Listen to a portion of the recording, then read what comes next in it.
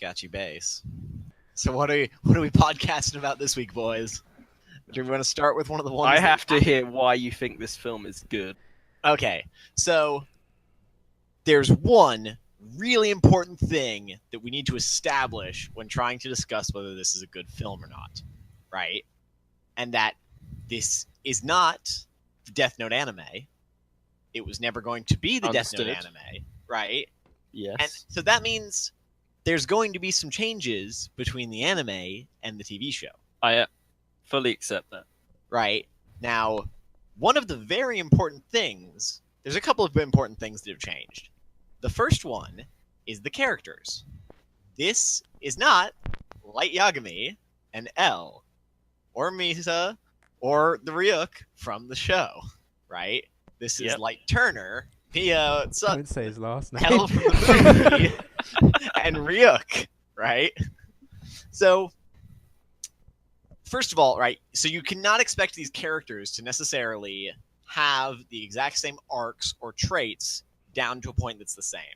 So if your issue is that, oh, L isn't like L in the anime, he's, not as sociopathic, he's not as willing to take action, right? That's not really a good complaint going in for why it's a bad film. That's a complaint about why it's not like the anime.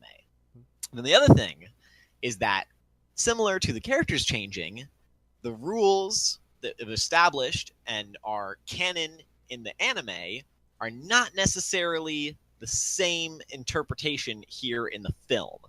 Notably, and this is a big one, the one about controlling people and burning the page. I'm pretty sure burning the page is a completely original rule for Yeah, that's not in the anime at all. Yeah. So yeah, in the film it can kind of control people a lot more easily.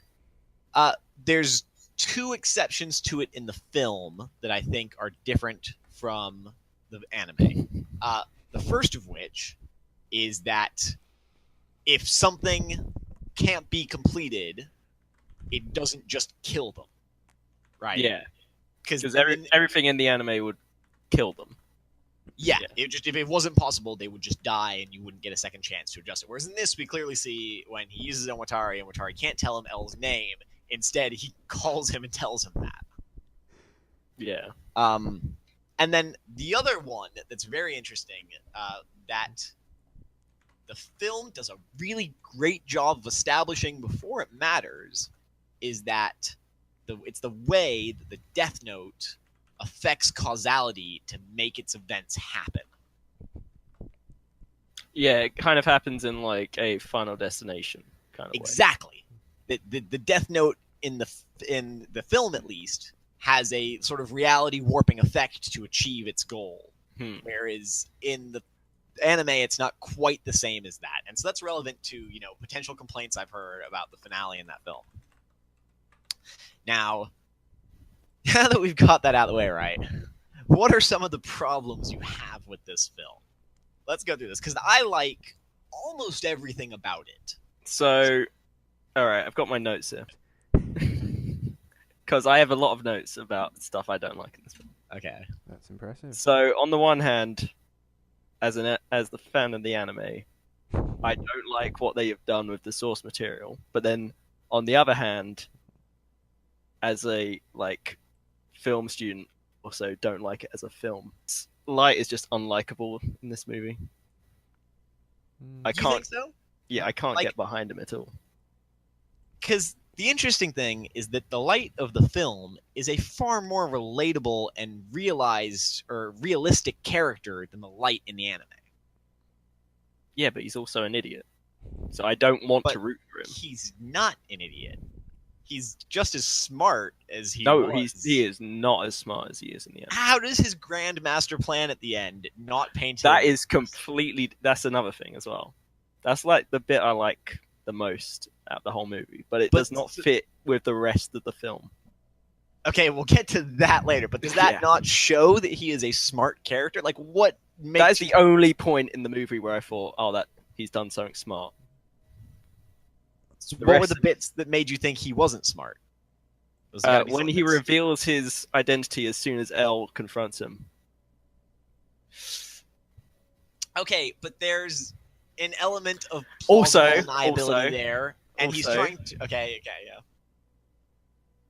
So when he starts talking to Mia, he decides to just straight up tell her, "Oh, I've killed this guy. I have this magic book. Please like me."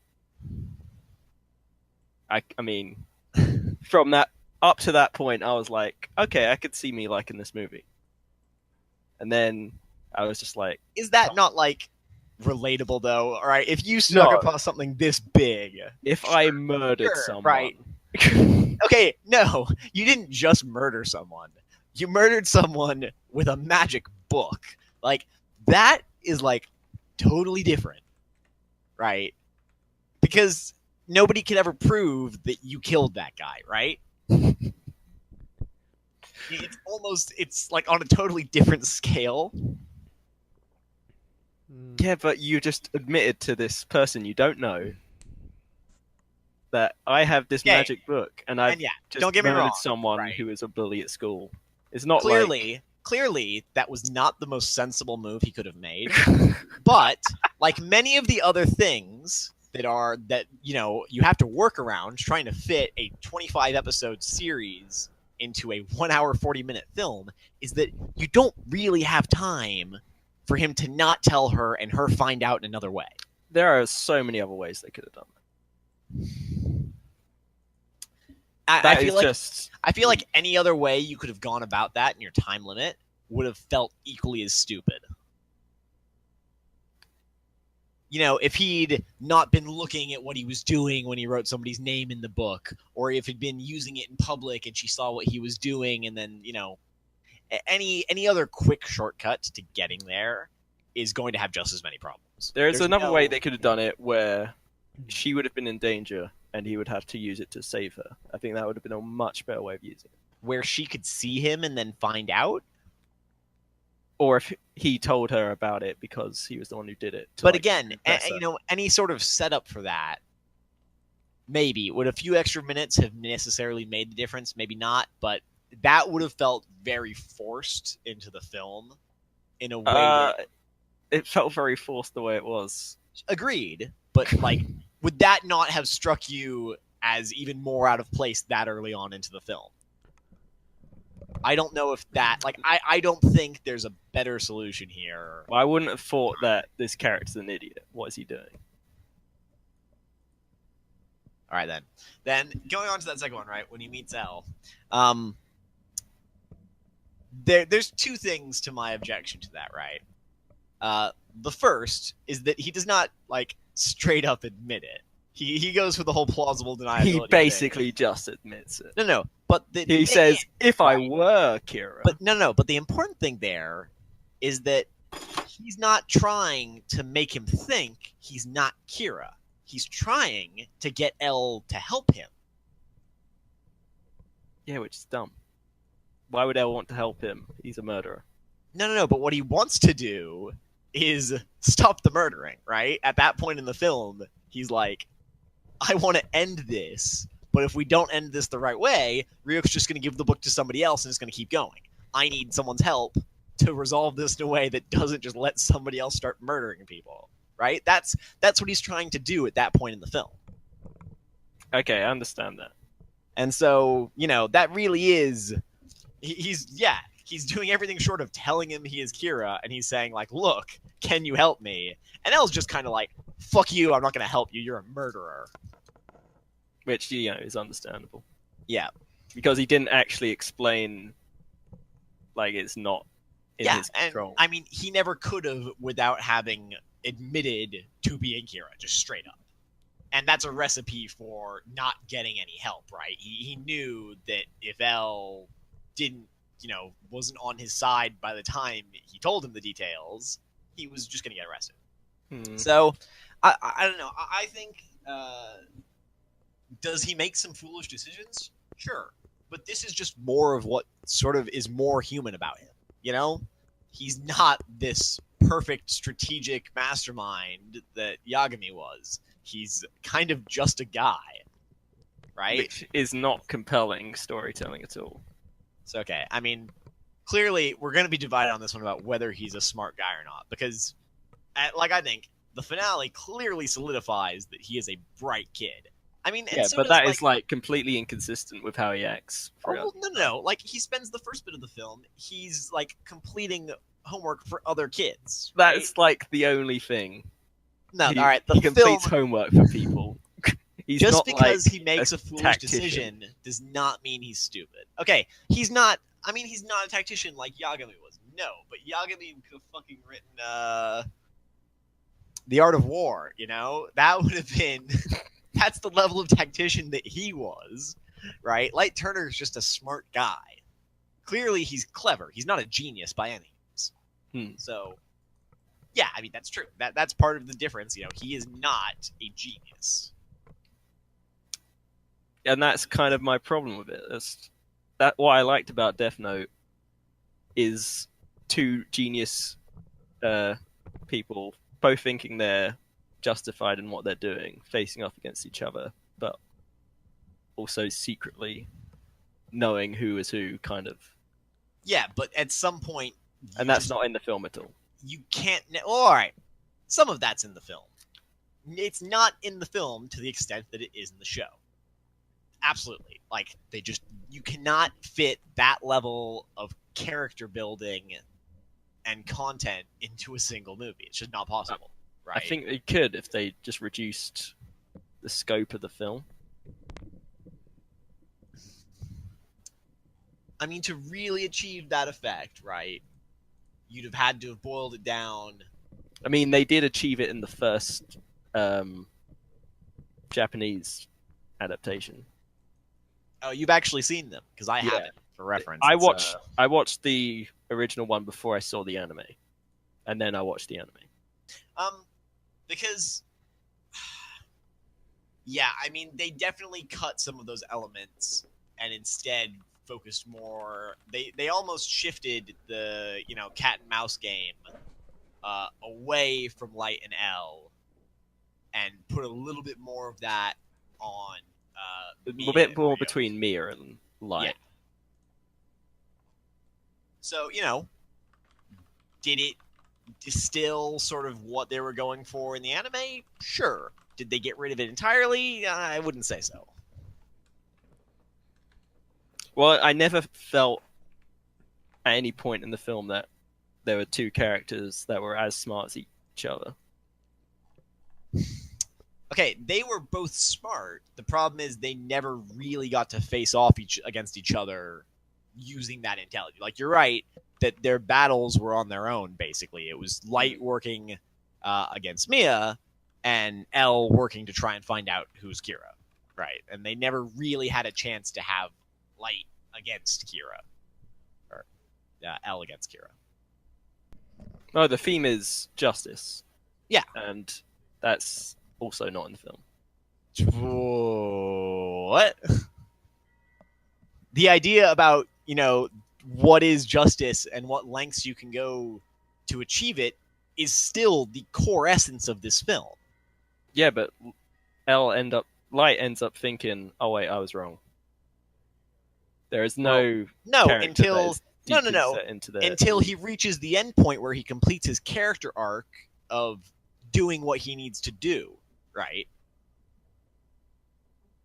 That's the character arcs we see L and Light both share this character arc of, Light is following his sense of justice at the beginning, but he's not necessarily crosses that level that Yagami does across the story, right? It takes Turner the entire film to go from, okay, I'm willing to use the Death Note to kill criminals, to, okay, I'm willing to kill other people to achieve my goals, right?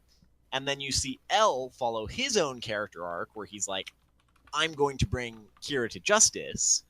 And then his point at the end where he's like, would he be willing to use Kira's methods to enact justice? I mean, you say that, but at the start he kills a school bully. That's his first person he kills. Yeah, but he doesn't necessarily know what he's doing then, right? That's his discovery phase where he's even working out that he has the power. I don't know. He never seems to feel any remorse for what he's done. which But doesn't he also really... doesn't consider him like an innocent person, clearly. He might have a somewhat distorted sense of right and wrong, but he does show a clear line in that midsection where he's like, I'm not going to murder a bunch of investigators just because they're investigating.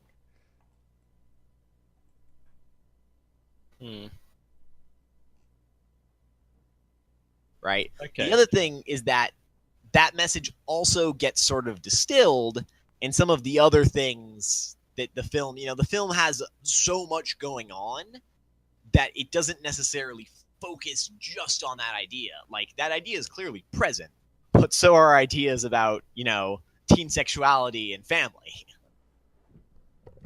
Okay, so I don't really... You're saying a load of this stuff, but I don't see where you're saying it's good. So, okay, we've covered what you don't like about Light as a character, which I don't see as a flaw. I see as, things that we're exploring because we're looking at a different character in the adaptation. And then we covered whether he was smart or not, and we covered whether the themes were still there, which I think you're coming around to that it does not erase the core themes of the original story, right? They're still present. I mean, they're still kind of there, but it's not like they're on display the whole time. They're not erased in the way that they were in Ghost in the Shell. I haven't seen that, so I wouldn't know. Okay, Ghost in the Shell does a much worse job at not staying true to what its source material is about. Okay. Whereas Death Note, despite having potentially issues, still retains the core themes. Oh yeah, I want to say this isn't like a terrible film or anything. It's watchable, but I didn't like it. What else was it? What else didn't you like? Oh, let's see. What's next on your list? So the first bit in the film where I was like, oh, this is dumb, was when he revealed to Mia. Yeah. And then I was like, okay, for the most part, for the rest of it, until he writes Watery's name in the Death Note. Yeah. So this, I'm willing to give on this one. They took a serious liberty with their rules to get this across. Now, I don't remember if the rules in the film state you need a full name or not. They never state it in the film. Okay. So this is kind of another one of those things where, as the movie is established already, it takes its own interpretation of how these rules work. And this is another one of those things where... But it just feels so cheap. But it feels cheap because of what we know from the original source material, right? For someone, if you're just looking at this movie on its own, that doesn't necessarily feel cheap. It's only cheap because you know that the anime held itself to tighter rules. Right. But part of what made the anime so good was that it worked within its own restrictions. And so does the film. The film's restrictions are just looser. At no point does the film break the logic that it sets out and establishes. Well, we don't even know if Watery is his real name. That's the thing. Well, but I mean, so why couldn't you just say? No. It's safe to assume that because it worked, that was his real name, right? There are, as we get into this. But when you're putting everyone else's full name, why is Watery's just Watery? Maybe it's a mononym. I don't know. It just seemed dumb. And I'm willing to agree on this one. That was they had to start stretching themselves there to make that plot point work. And I can see why that one is particularly hard to defend here. It does completely fall apart with some of the established logic in the show, but not necessarily the movie. Until I get a chance to rewatch it and try and really double check. Yeah, it didn't necessarily break the film, but it just made it feel really cheap and undeserving. Light didn't have to think very hard to do that. He didn't have to do some master plan. He just wrote the guy's name.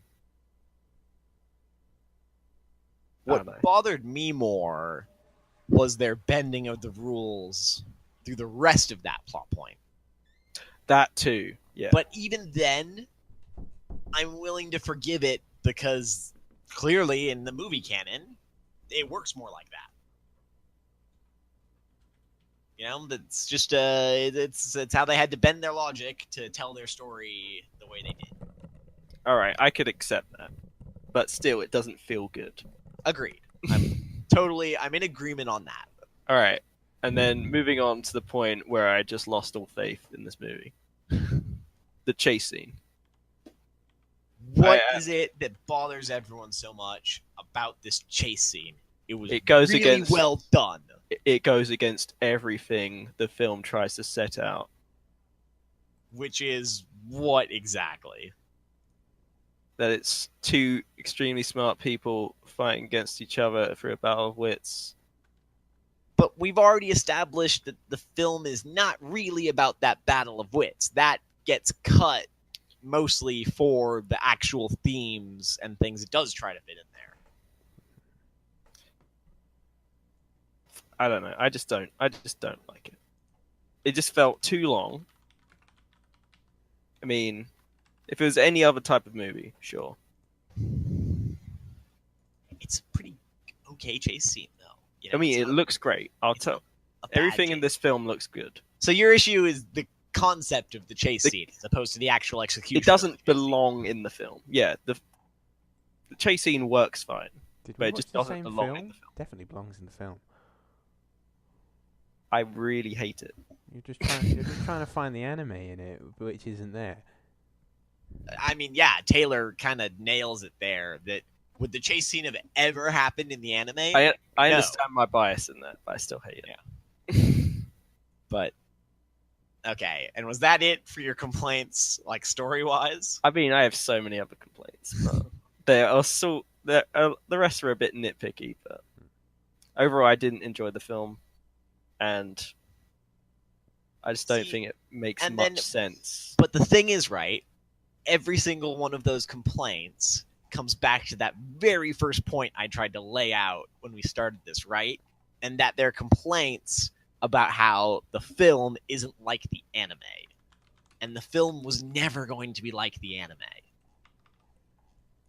That, you know, it's the problem with the word adaptation is that it doesn't differentiate between a straight adaptation and a more localized adaptation like this is, right? Like, this is Death Note, but not with Light Yagami and L in Japan. Yeah, I know that. And if they didn't want to do that, why didn't they just name all the characters different things? Because they're basically not the characters. The characters' names, they did change the characters' names. This is the thing, right? Just because his name is Light in both versions, you know, it's still Light Turner. It's not Light Yagami. He is a different character. They call him L. They call it Ryuk. Yeah, they're but the they're same different names. Characters. They're homages, right? What are you going to do? Have Ryuk call him something else? Then I will compare them to each other because they are forcing me to do so by putting the same names together. But only as a viewer of the anime, right? You can see how, to someone who's not familiar with the source material, those are not problems. Yeah, I understand that. But as someone who has viewed it, I can't remove those things from my brain. Well, see, where is your ability to critically watch, you know, to use your higher thinking when you're watching something? Are you that passive a viewer that you can't separate the two pieces of media? I can't do it completely, no. Subconsciously, I will always think of those characters because I've watched a different piece of content with the same names and characters. This is one that I sort of have, you know, I've had other people make this argument to me, but I have a hard time relating to the inability to look at them as different people.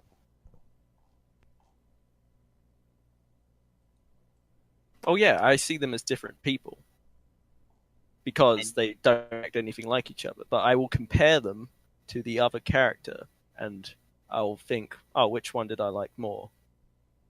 Okay, but which one you liked more does not mean the other one is bad. It just means you liked it less. If you liked Mia Sutton and you saw a chance to get with her by revealing your Death Note, Hey, I kind of Would you actually do it? like Mia Sun. and would you not reveal your Death Note to her I would not to hook up with her? Because I probably reveal would. myself as a murderer, no, to a girl I've never met. Yeah, but you like her and she's really hot. What is And wrong with you? You're a quiet nerd, right? What is wrong with you? I mean, a lot of things. But Hey, baby, I'm a murderer. What's up? nah, it's like, hey, baby, here's my secret from the world that makes us special and unique, and we share it, right? And we can change the world with it. That is like an instant hookup. That's no not how he possible went. way. That's not the way he went about that.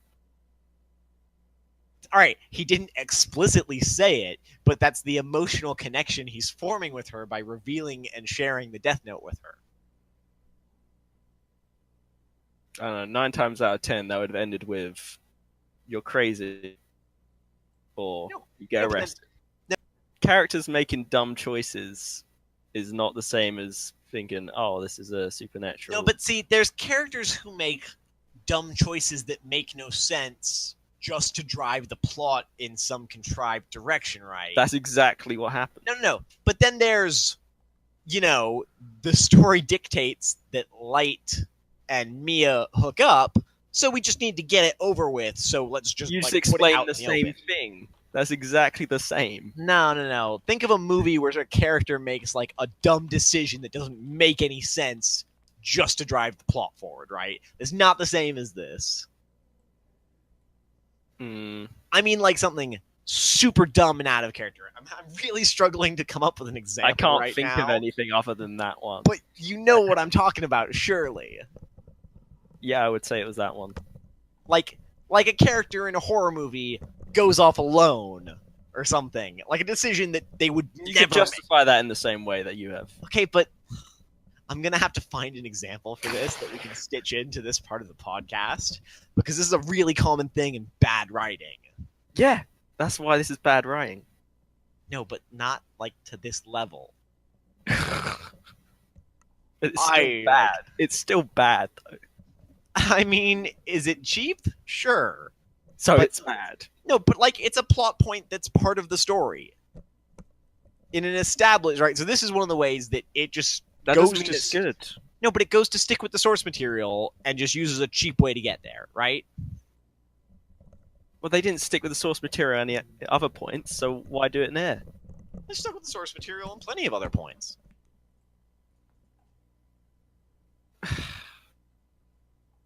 Just not everywhere. Like they were never going to in a fucking 100-minute adaptation. Yeah, I know that. That's fine. I'm so okay with them doing different stuff. It's the characters that are important. Not necessarily. I don't get the point, right, of wanting to watch the same two characters play out the exact same story I've already seen and read before, The events don't have to but be they're the same. American. Why would the Right. events have to be the same? Okay, but then you're asking for some godly writing here, right? No, I'm not. You want to see an original Death Note adaptation that has a battle of wits between L and Light as good as the original, right? In a movie runtime with an original story. That is a high bar. That is an unbelievably high bar. That wouldn't just be the best anime adaptation film of all time. That would be an incredible Hey. film. I just want a good story of good characters. That's all I want. You still have that. No, You I just- don't. You just don't have one as good as Death Note, the anime was.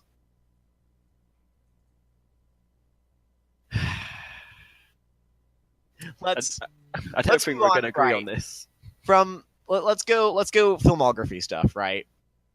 Oh, I I'll- know I'll just I agree know- with you on that. one of them that you're gonna have an issue with, which is the Okay. music.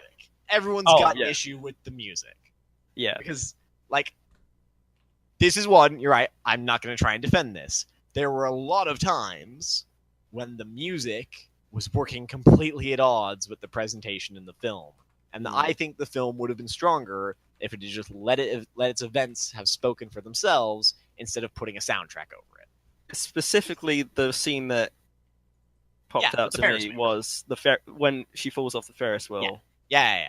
I was just like, what is this music? This doesn't... Yeah. I don't feel any emotional connection between what I'm seeing and what I'm hearing. I am absolutely 100% in agreement with you there. That maybe it wasn't the right song. Maybe it shouldn't have been scored like that, like at all. I don't know necessarily how I would improve it, but that is very clearly a part of the film that just did not mesh right. You know, I cannot disagree with that. It's unquestionably true.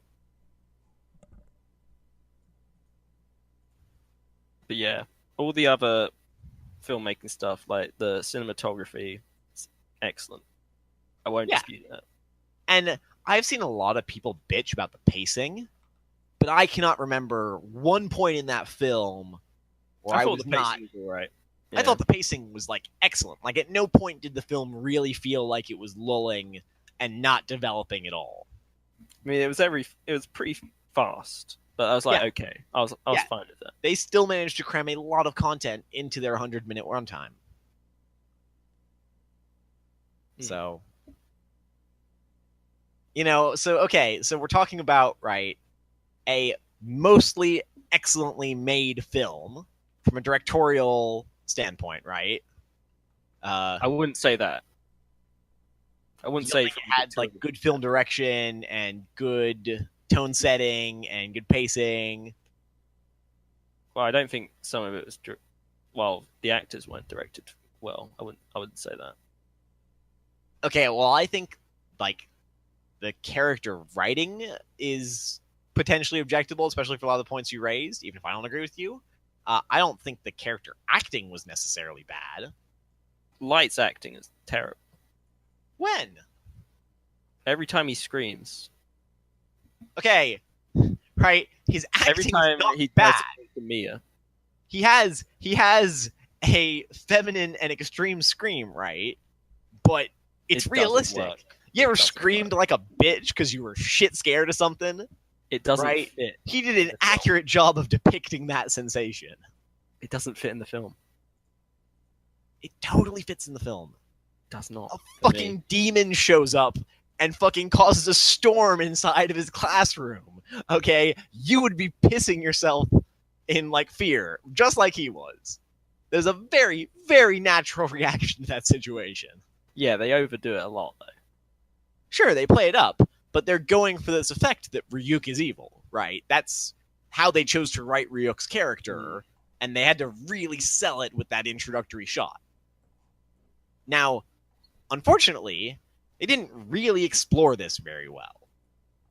But they did do a good job of setting it up. Exploring what? Ryuk as a character and a villain. Yeah, right? At the end of the film, I felt like Ryuk hadn't done anything. Pretty much. This was one of those situations, right, where they could not have really fit in another character and another plot into that film, right? There's just no time. And so... Yeah, I'm fine with the amount of characters they had in the film. Yeah, you know, they could have not had Ryuk as this villain who's clearly working... Yeah, I wasn't happy about that. He's still not working with or against Light, but he's very clearly an antagonist, right? He's trying to push him in to do it. Yeah. And so I don't necessarily think the film would have been any different if you cut all the stuff about Ryuk being evil. That's exactly what I thought. Kept and held Ryuk that just didn't care. And so that's a point where, yeah, clearly... I don't think to do something there and they just didn't have enough time for it. I don't think Ryuk belongs in the film at all. They have to explain it in some weird way because obviously American audiences won't know what a Shinigami is. Well, I think they kept it simple. They were just like, okay, cool. It makes sense in Death Note because he's a Japanese god of death, and Light instantly knows what he is. Sure, but I mean, what do they say in this film, right? He just introduces himself as a death god, right? They don't spend a lot of time dwelling on that. I just don't think it belongs. If they wanted to do like, I mean, I see Ryuk like I see the character names and the apples, right? He's an homage to the original story, but really, he's not a proper plot point in this film. yeah, He's just there because, hey, it's Death Note, and it's Ryuk is a part of it. which is why I don't think he should be in it. Because he doesn't serve any purpose. And I'd agree with that. You know, that's not untrue.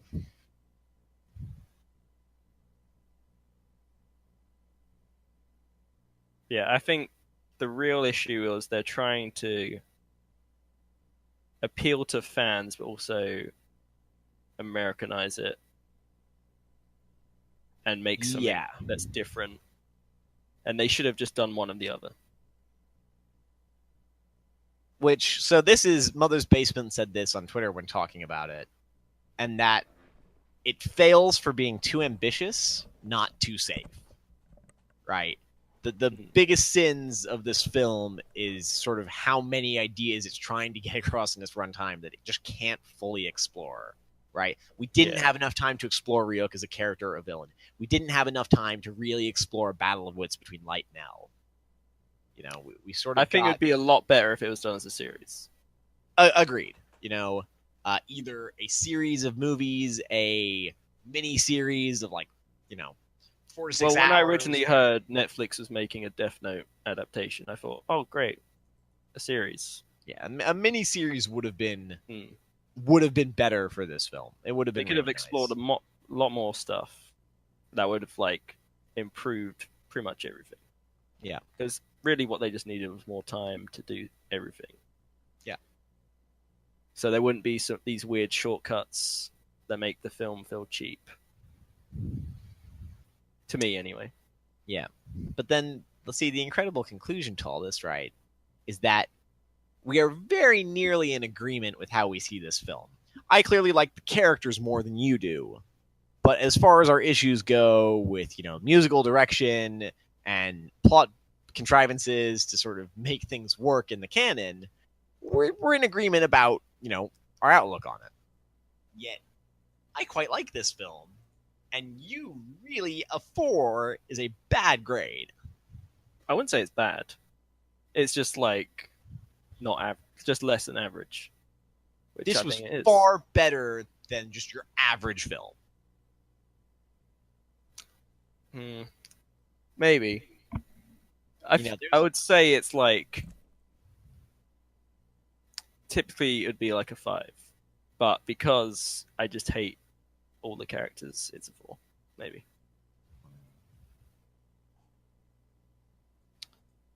See, I could see a pretty compelling argument that my score of a 7 might be too high. Yeah, I thought 7 was ridiculous. This was better than a 5. This was at least a 6 out of 10. Right? And if you look on the IMDb ratings and sort of see how the curve falls, excluding the gigantic mountain of 1 stars, right? It's definitely not 1. You're right. So, but if you look at how the reviews average out, discounting the 1/3 of all votes that are 1s, it averages out to about a 6. And I think that's a pretty fair review for this film, right? There's this probably film people giving it not 10s as well for the opposite reason. Sure, but you can discount those along with the 1s. I would see this, I could see someone watching this and be like, yeah, it's a 6. Yeah. And I think, especially for people who are not familiar with the source material and are not going to judge its flaws using that as a frame of reference, it's not a bad film. I would say it's bad, but that's just me. It's not terrible. Yeah. Still, I'm very excited to see how the public opinion on this shifts over time. I think we're going to blow past this original backlash that we're seeing now, and we're going to see these scores start to stabilize over time. Mm-hmm. Coming back to Mother's Basement, he, having watched it a second time, says he likes it more than he hates it. So that's sort of starting to swing to my side. It's a far cry from a bad film. I mean, it's good enough that I will now watch it again with other people who I think will like it. It's good enough that I'd watch it again. But that's because I like Death Note. Yeah. I would want to see how people react to it. Not because I would enjoy watching it per se. I think it'll grow on you the next time you watch it. Possibly. But just because it looks good. Yeah.